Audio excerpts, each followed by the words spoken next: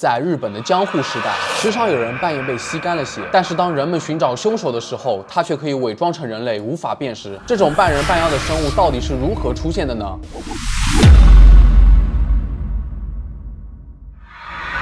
Hello， 大家好，我是正正，好久不讲都市传说了。虽然最近连续讲了几期 SCP， 但是不忘初心嘛，正正还是靠讲都市传说和灵异事件吸引的第一波粉丝。那只看 SCP 的朋友可以暂缓1-2期，跳过或者可以继续选择观看，因为我相信我的视频质量不会让大家失望的。但是我还是会保证1周至少双更 SCP 的。那关于日本的都市传说中的著名妖怪呢，几乎是和漫威宇宙中的英雄是一样多的。其实呢，我之前已经做了好几期日系风格的都市传说了，比如裂口女、厕所中的花子、八尺大人等等。大家如果感兴趣的话，可以去翻一下我之前的视频。其实，在西方的都市传说中，大多数都是超自然怪物、神话、生物的混合体。今天想给大家讲的这个日本的民间传说，是一个非常毛骨悚然的妖怪，它的名字叫做罗库鲁比，是属于露露手的妖怪。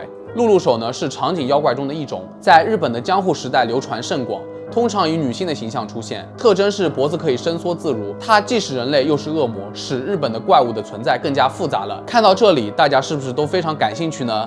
那看之前别忘了点赞、收藏、加关注哦。下面就听我来给大家讲一下这个可怕的日本民间传说。罗库鲁比又被称为长脖子，指的是这类妖怪拥有脖子伸离身体的能力，头会有自己的意识，无论走到哪里都会随心所欲。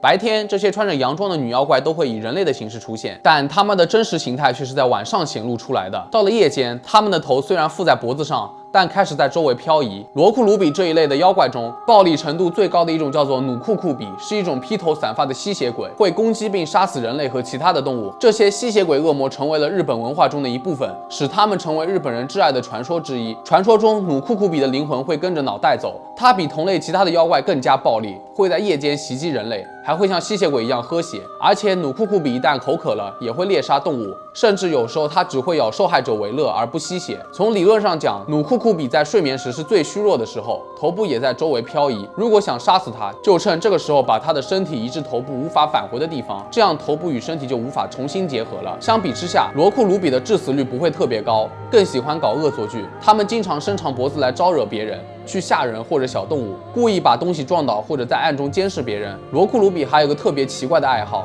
他喜欢撞倒油灯偷喝油。有几则故事中描述，家中的油灯里的油会莫名其妙的消失，其实这就是罗库鲁比暴露自己的存在了。罗库鲁比通常喜欢出现在醉酒的人面前。 这样，他们通常不记得自己看到了什么，也不会给出可靠的目击证据。那么，这类妖怪到底是怎么来的呢？大多数的妖怪单纯都是以妖怪的身份进入这个世界的，而罗库鲁比曾经只是作为人类而生活，他们因诅咒而成为了妖怪。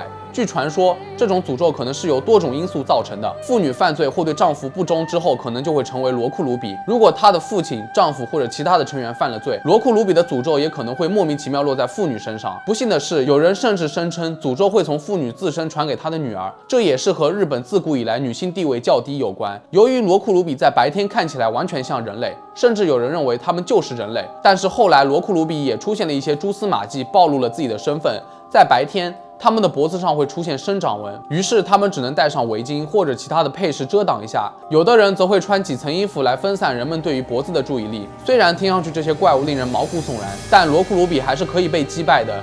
由于它只是在晚上露面，杀死它们通常只要趁夜晚将它捕获。当然，也可以选择在它脖子伸直的时候砍掉它的脑袋，或者将它的身体藏起来。从理论上讲，如果头部不能回到它的身体，它就会死掉。但是机灵狡猾的罗库鲁比可能会采取额外的措施来隐藏自己的身体，所以摧毁掉它们也并不容易。其实这些妖怪也不一定都知道自己是被诅咒了，所以想对付它们的话，可以选择治愈，而不是直接杀掉被诅咒的人。一位通灵人物声称，将白发犬的肝脏喂给它们吃下后， 就可以解除诅咒。好了，本期视频到这里就结束了。其实，在很多日本的电影和动漫中都有类似的角色。正正本身呢不是个动漫迷，但是总有我知道的类似的生物，那就是咱们国产的葫芦娃中的蛇精了，是不是很出戏呢？不过这和罗库鲁比相比还是相差甚远了。如果有人知道动漫或者电影里出现类似的怪物，可以在评论区留言。那喜欢本视频的朋友，别忘了3连加关注哦。下集给大家带来另外一个可怕的人头蜘蛛身体的怪物。那我是正正，我们下期再见吧。